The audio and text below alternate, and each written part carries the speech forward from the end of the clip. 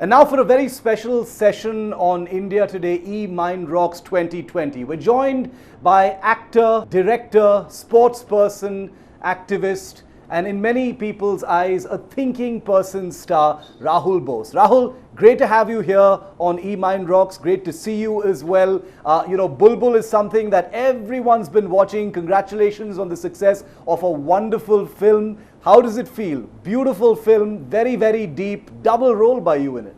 It feels wonderful on two levels. One is that people have appreciated the movie.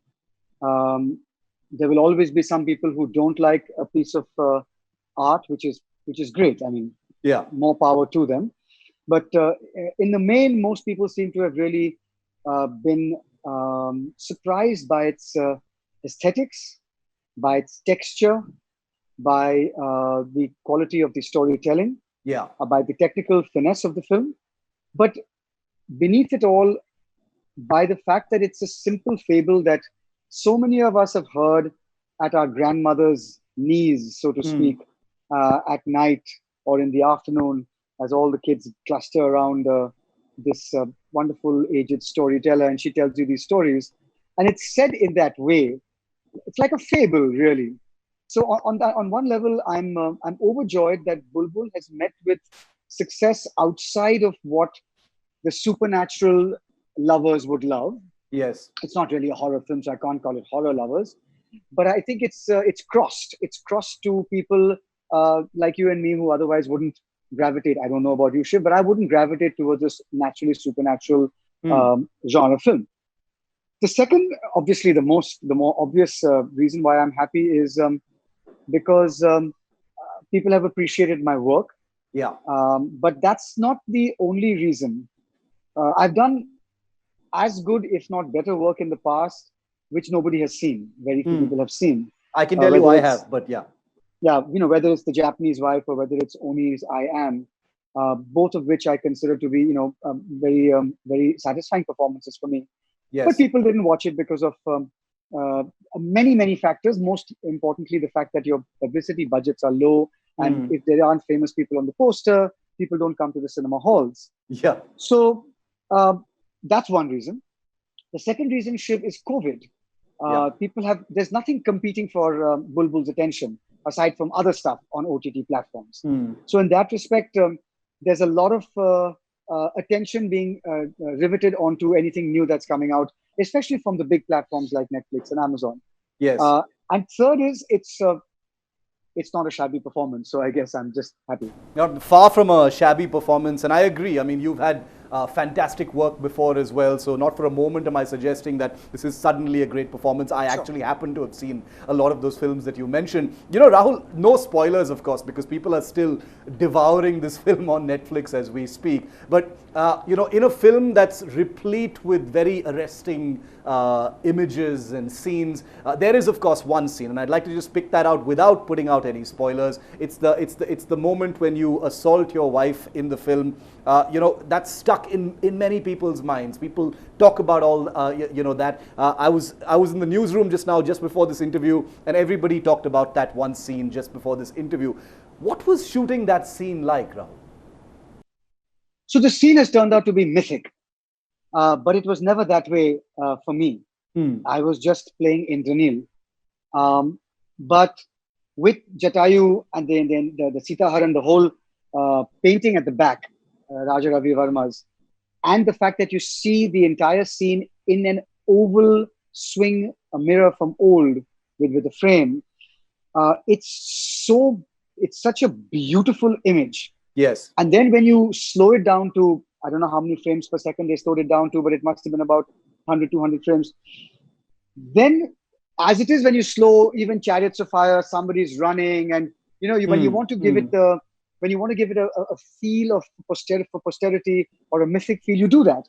Yes. But here, my God, the combination of the art direction, the production design, the lighting, the camera work, and what I was made to do with the flecks of blood, it was just extraordinary. Yeah. For me, in fact, the toughest moment had come before, because in the script it says Indranil sees the embers and pieces of paper in the fireplace, and from there flutter up the words Bulbul and Satya, and so it reaffirms his growing jealousy and Yes. possessiveness.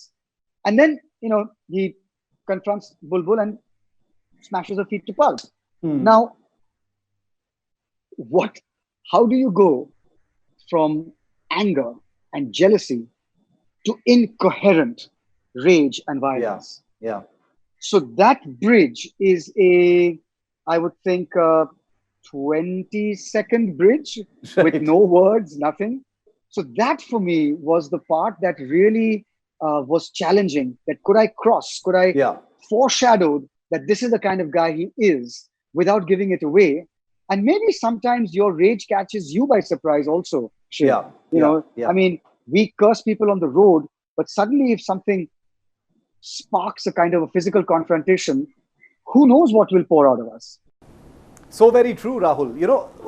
I'm not going to dwell too much on Bulbul because I do want people to go out and watch it, on Netflix and watch the film and consume it.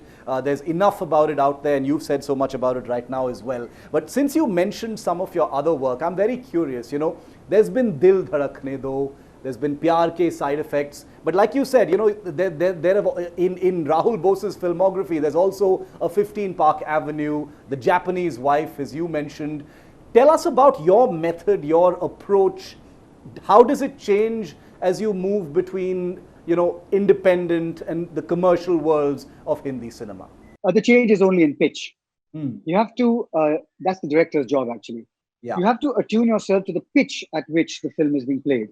If I played Jhankar Beats Rishi at the pitch that I play Indranil in Bulbul, Yeah. gone. I'll be lost. Yeah. He's like, what the hell were you doing in that film? Murmuring away, right? Hmm. Hmm. So it's a question of understanding the pitch that everybody is at. So Pyar Ke Side Effects and Jhankar Beats are at a heightened pitch. Yeah. Shaurya is two notches lower. The Japanese Wife is completely realist. So you have to pitch it correctly. And the director, you rely a lot on the director saying, whoa, that's not Hmm. this film. Hmm. You got to pitch it down. And that's what workshop and rehearsals are about. The second thing is also appetite. Yeah. I've always been a creature of appetite, which is after doing 3 comedies, even if the fourth one is stupendous and done by the Coen brothers, you're like, I don't want to do the fourth comedy. I want to do Hmm. something hard. I want to do Hmm. something visceral, stuff like that. Yeah. I think the one that sticks out of the entire filmography is Dil Dhadakne Do, because I wasn't driving the film. Right. I was nowhere near driving the film. There were 5 superstars in the film.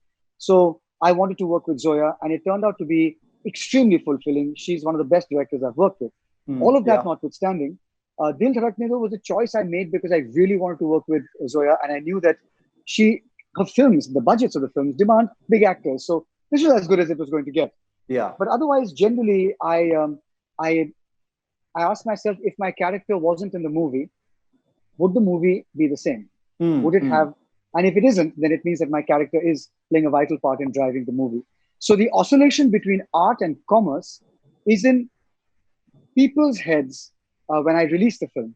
When Interesting. I'm making it, as long as I pitch it right, Yeah. my approach to the character, my approach to the piece, my building of the biography of the character, my understanding his world, uh, the relationships that are happening, all my work for Indranil and for Sid in Pyar Ke Side Effects is exactly the same. Right. While we're Rahul, while we're talking about your films, and I do have a couple more questions about your films, and then we'll talk about some other stuff.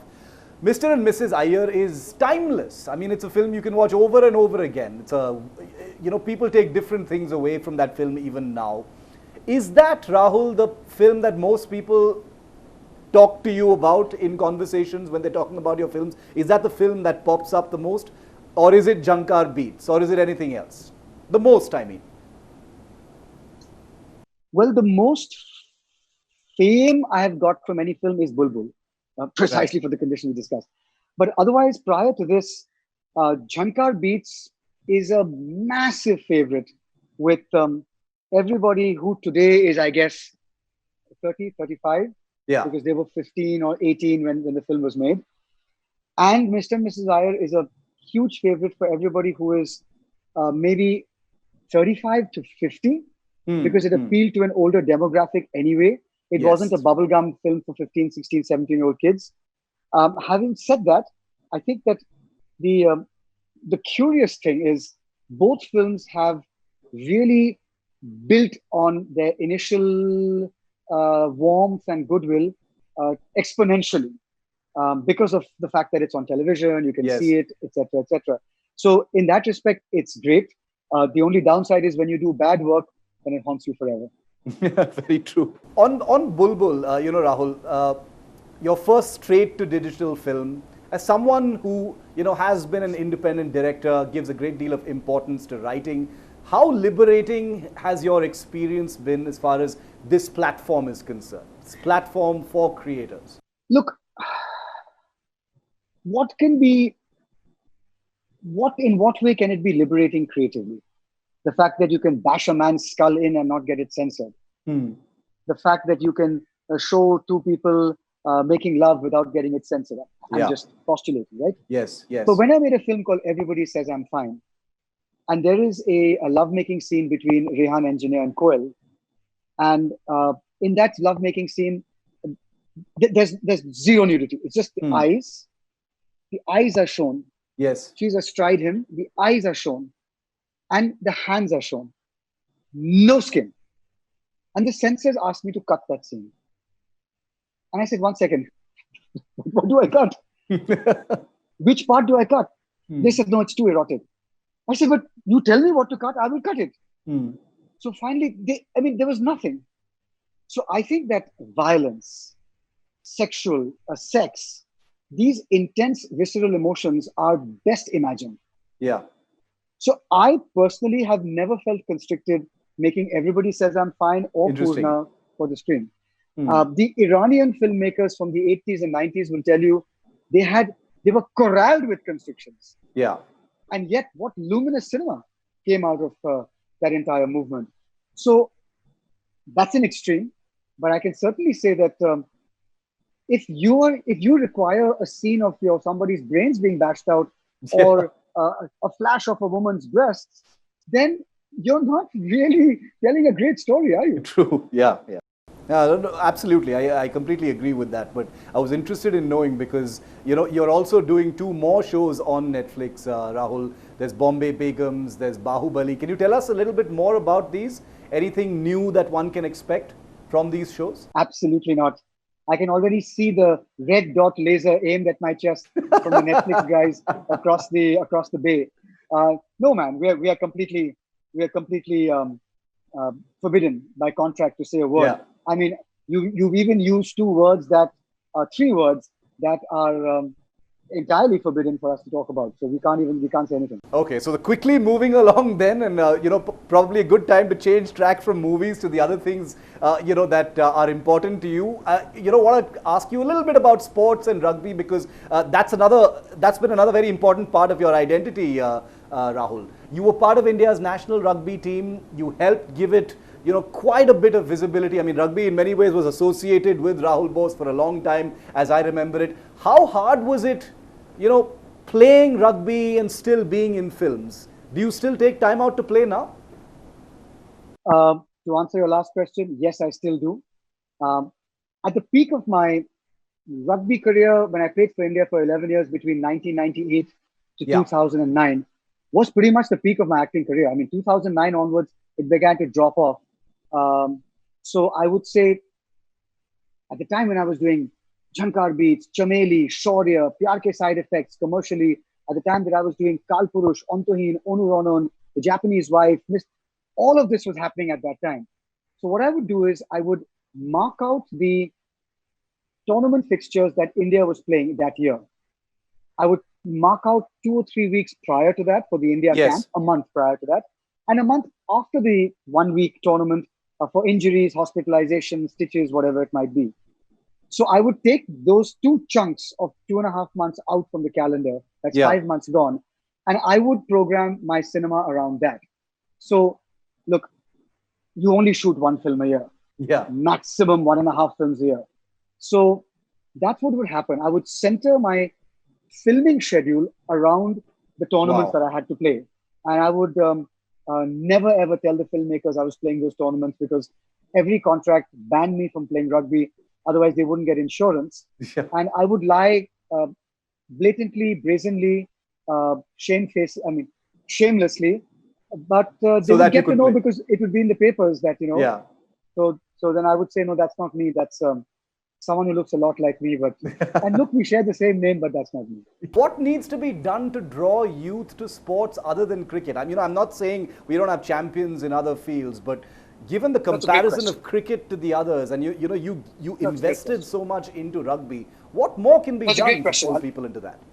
First is that every single sport that you want to attract the youth to has to be on mass media. Yeah. If you want on television, forget about it. So rugby is not on television. Indian rugby is not Yes. on television. If it's not on TV, it doesn't exist. It barely exists. So that's the first thing. The second thing, and equally important, if not more important, is the fact that we feudalize everything in this country. So true. Yeah. If my head hits a book, nothing. If my foot hits the book, something. But my feet have served me so well, Shiv, in my life. Yeah. Without them, I'd be broke, literally and True. metaphorically. So if that's been feudalized, then sport was always first studies, then family time, then when we go on holidays or whatever, and then your sports. Yeah. Or if you get this much in your studies, summer vacation you can play. If you don't, tuitions. So when you have that kind of an attitude, then nobody is going to gravitate to any sport. And if they do gravitate to a sport, it will be the sport that is part and parcel of a child's life, a boy's life, especially, like breathing, which is, yeah, the boy plays cricket. That's fine. Cricket Yeah. is fine. But if he's trying to get into tennis, or if he's trying to get into rugby, or if he's trying to go away and play football or hockey, that's a problem, because it's eating into his studying time. So what I've begun to do in a very shady, slimy way is talk to lots of parents and say, if you're obsessed with your child's academic performance, here's why she should play sport. Number one, sport makes you concentrate sharper and harder. So it's great for your child's studies. Yes. Number two, sport relaxes you. So you can the child needs to sleep fewer hours, but sleeps deeper. Yes. And number three, sport teaches you how to handle pressure, which is what you need during exams. And a lot of parents start thinking, तो ठीक है, तो हाँ, तो कितना समय, सिर्फ 1 घंटा तो लड़के को लड़की को खेलने दीजिए आप. अच्छा ठीक है, तो हाँ, ये तो अच्छी बात है. लेकिन वॉकिंग में नहीं होगा ना. ऐसे नहीं, वॉकिंग में नहीं, उनको खेलना पड़ेगा. प्लीज उन्हें प्रोत्साहन दीजिए कि वो खेलें. So it's but these are the two main reasons. Not being on mass media, not attracting the kids, and two, the idea that sport comes last in our lives. And finally, and this is a lesser thing, is that if the youth are not going to find a way of making money, of earning a livelihood through a sport, very difficult to do it. But if they say, if I play rugby, and rugby is affiliated to the police games, which makes me eligible if I play, which makes me eligible for a job in the police, or a job in the home guards, or a job in the national health, in the state health department or whatever, automatically it becomes a magnet for children to stick on. The stickability of these kids from 12 to 20 increases exponentially. And I know young people are going to be looking at those words very, very, very, very closely, because you're one person, like I said, who's... I've been working very hard with the Rugby Federation, Shiv. I'm sorry to interrupt you. No, I agree. That's why I asked. I've been working very hard to get, the Federation has also been working very hard to get money in from sponsors to pay our national players. We've never paid them in our lives. I can proudly say that now, today, we have gotten a sponsorship from Odisha State, which we will announce in a big way, where the players, all our national players, women and men, will be paid, both for camps as well as for tournaments. It's the first step. Then we're looking at getting affiliations to national games, to school games, to, we have all those affiliations, now police games, so that all these youngsters can think of a job after this. So there are, 2 or 3 very salient areas in which I'm not teaching the game. That's the Federation doing a great job. In salient areas in which I know I can lean in and put my shoulder to the wheel. Yes. And the third, of course, is to treat men, women, boys and girls equally in on every single level of the sport across the country. And I, we can be pretty proud of the fact that we are possibly the most gender equal, gender Yes. neutral, gender agnostic sport in the country. And Rahul, absolutely, and I applaud those latest developments as far as the sport is concerned. And I specifically wanted to ask you about rugby because you know it's not been a hobby for you. You've put yourself in it. You've given your years, you've given your time, you've given a part of your life to it, and it's still very much a part of your life. And that's the reason why people listening, most of them young, are going to be taking all of that very, very seriously. Now, we've talked about films, we've talked about rugby. I just want to share that, you know, one of your films, Rahul, that's actually had perhaps a more lasting effect on me than any other is actually Bombay Boys. I watched it in college. It was a very, very memorable film for me. I watched it on a little dinky little VCD. I think I still have it somewhere. There are just parts of that film that are sort of in many ways timeless for me. And your role in that film, it was very intense, it was sad, it was very, very memorable, but it also sort of established you in my mind, and I'm sure a whole generation, of a thinking person, a person who's sensitive, a person who's affected by things. So the young people of India would like to know and would want me to ask, what's on Rahul Bose's mind these days? You're also an activist. There's so much happening in the world and the country. What's occupying your mind and keeping you up at night? I would say, without a shadow of doubt, Shiv, the images of Indians simply trying to go back home, Yeah. dying on trains, dying on platforms, dying on the road, dying exhausted 2 kilometers from home. Yeah. I mean, after 70 years, where have we, where it just makes, where have we come? Civilizationally, I'm not talking about economics and railways and GDP. Where have we gone, Shiv? Hmm. If we can't s- stop and feed or clothe or shelter Indians just trying to go home, Yes. or just let's not stop them, let's facilitate that. I'm not making a political statement. Indians died in hundreds trying to go home in 2020.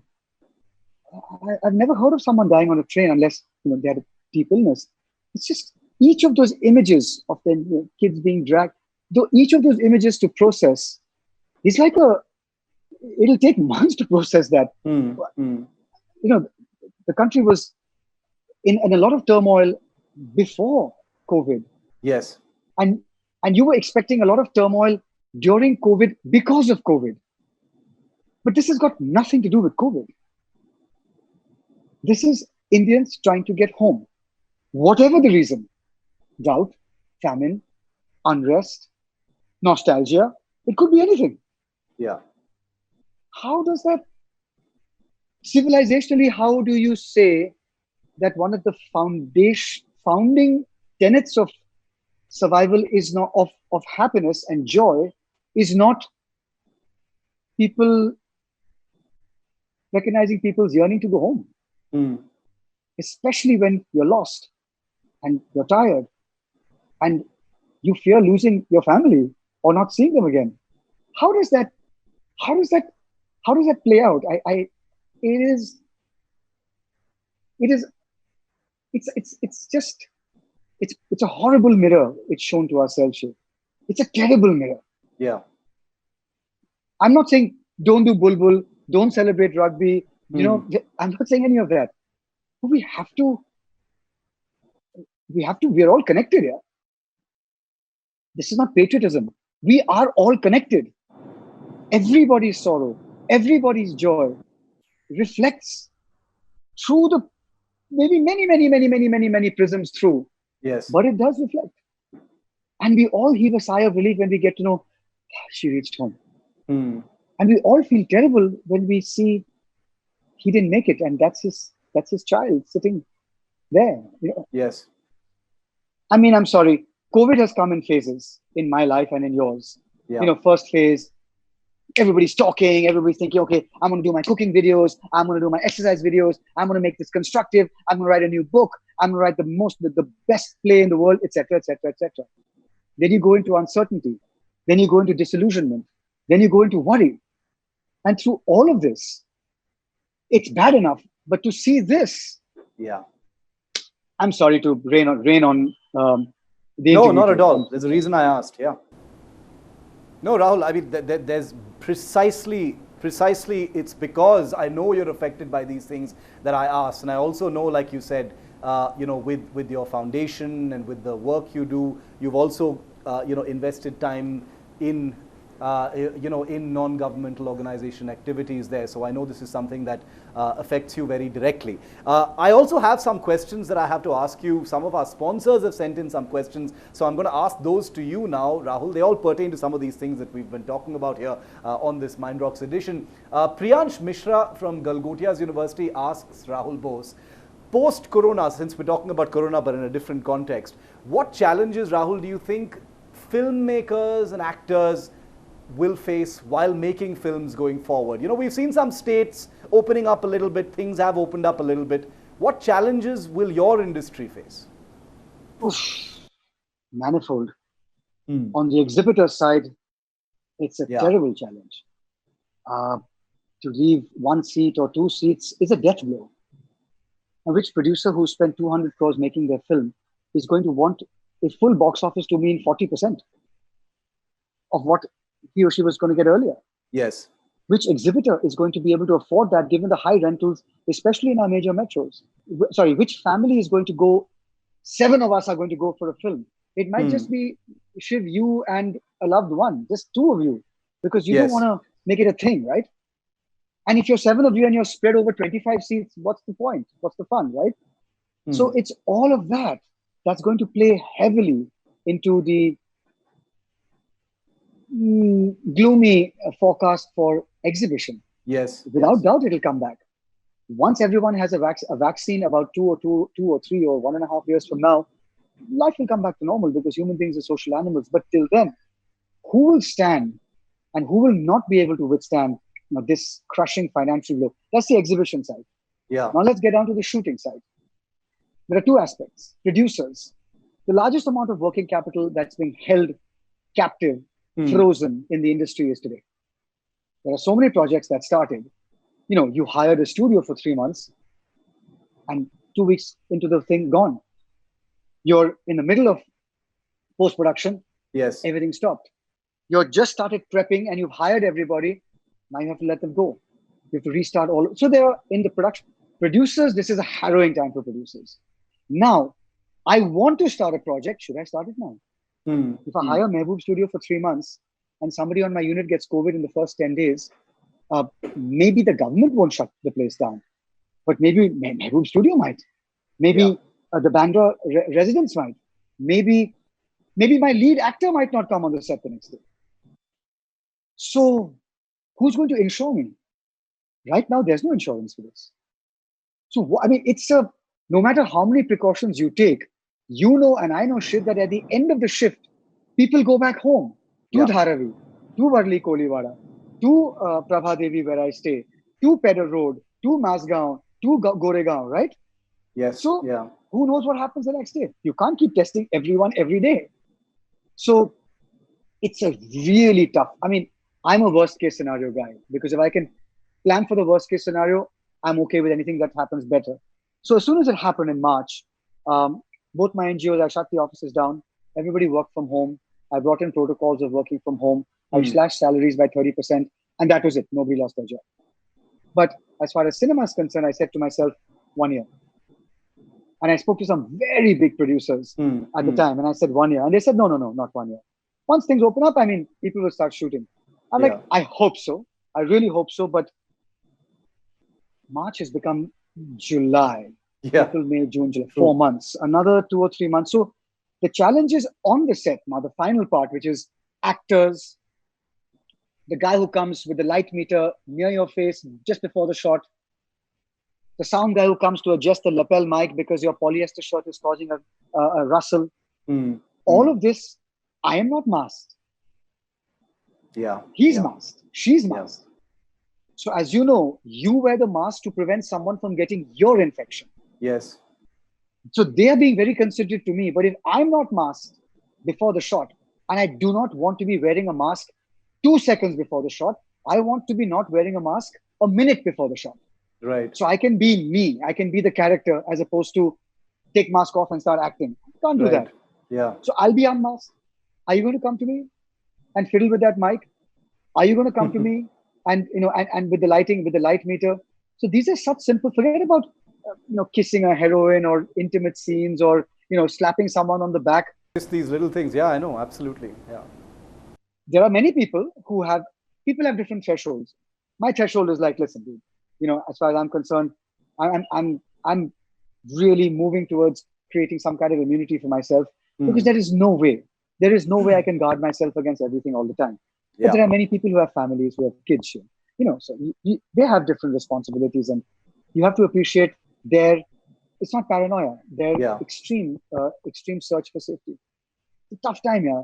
It is. It's a tough F&B and cinema and entertainment. Oof, I can't wait to see how it actually plays out. You're right. March has become July. Who would have thought? And now we're all thinking about whether things are going to be okay before the new year. I've got time for one final question, Rahul. I do have more, but unfortunately, time only for one last one. Ashish Kumar from the Manav Rachna International Institute of Research and Studies asks Rahul Bose, Rahul, why are you not seen more often on the big screen? You did cover it a little bit, but he also asks, do you link not being on the big screen much to nepotism, which is a big subject right now in Bollywood? Oh, I have a lot to say about that. Yeah, go ahead. It's got no, and it's the most unexpected answer that you'll get from me, which I'm not going to give you right now because it's going to be taken out of context. I'm going to write about this, Shiv, in about 6 months when it's not in fashion to talk about this anymore. Okay. And I'm going to write why I think what I think. But I have never in my career suffered from nepotism this way or that way. Right? Yes, Aparna Sen has worked with me 3 times. Yes, Santosh Sivan has worked with me twice. Yes, Dave Benegal has worked with me twice. Is that because why? What is the gain for me? You know what I mean? So yeah, if there's an example of a guy who is around 27 years later and slightly still, I won't say relevant, but still around, well then, draw inspiration. Yeah. It's so my views are very, very strongly and in a very nuanced way, I'm going to put it out, but it's not the views that people would expect from an independent actor who's not been from a powerful family. Okay, so we're going to wait for that nuanced view, which is going to come out 6 months from now. We'll hold you to it, Rahul. Would love to know what you think. We can always expect something that's not quite to be expected, but that's Rahul. I'll write it for your group. Brilliant. So we're going to hold you to that, Rahul. Always a pleasure. Great speaking to you. All the best. Stay well, and hope to see you on screen once again soon. Thanks, Rahul. Thanks, Shiv. I enjoyed this. Thank you.